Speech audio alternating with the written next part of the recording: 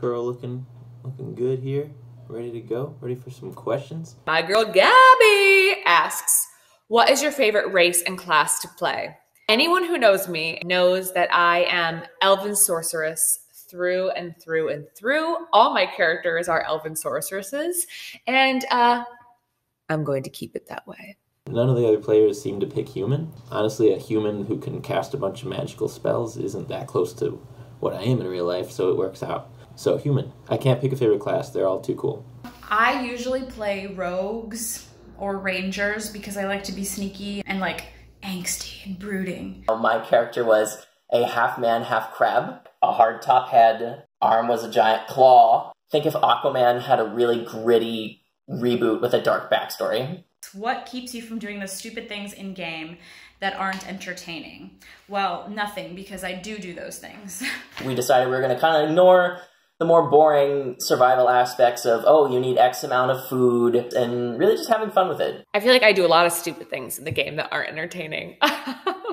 Sometimes it's the stupid things that make it fun or make it dynamic. Even if you feel like something might be stupid, to say it anyway, because sometimes it's not. A lot of times it's not. And also Jake just cuts them out. He cuts out a lot of stupid things. And most of it is us laughing at our own jokes, I'm pretty sure, so. It happens. How do you generate a voice for your characters?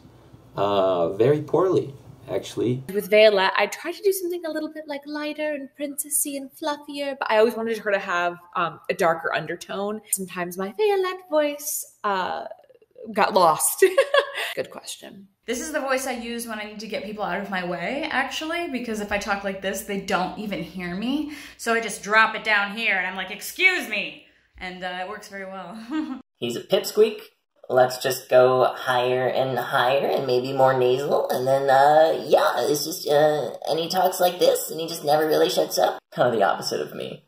But that's the fun of D&D, you know? You get to play someone who's not you. And they're all super great, and then it comes my turn to talk, and I'm like, oh, let's just make my voice real deep and do that. That'll work. Let's get started. Mumps is the best.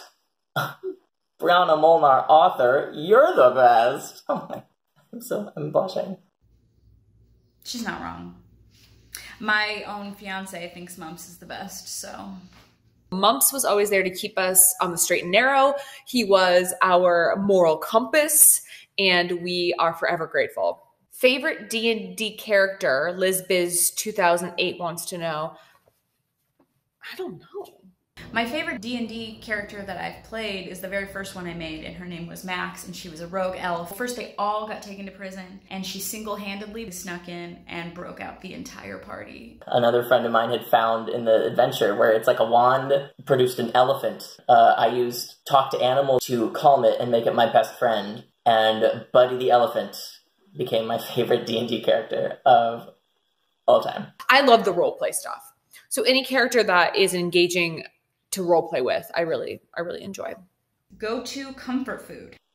Raising Cane's chicken.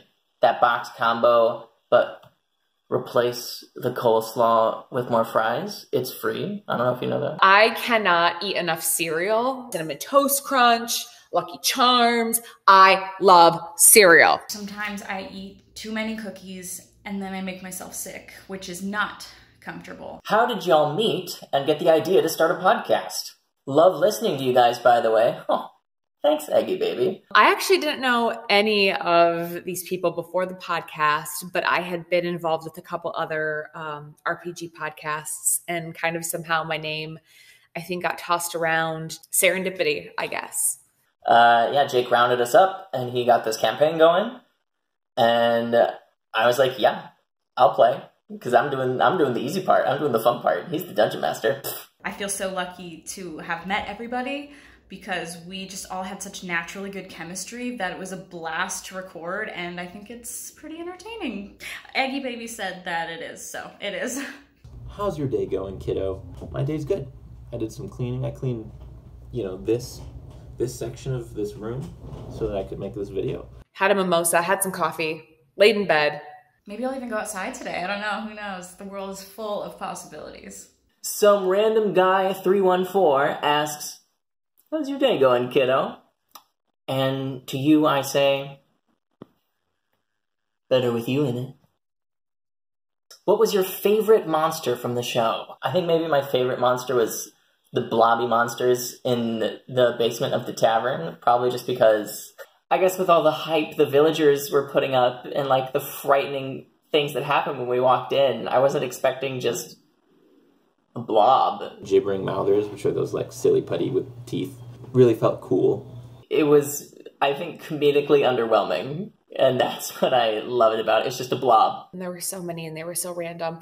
But I really enjoyed the rats that we blew up. I think that was a really important turning point for Violette's journey. It wasn't just a princess up in her castle anymore. It was a bomb-ass bitch blowing up rats. So get you a girl that can do both. I always remember the hag very well because I was very surprised that she was a hag. And in hindsight, I feel like I really should have seen it coming. Fighting the hag was like the first real get-together team moment. I feel like that was the moment when I knew what the show was going to be like because of how that episode went.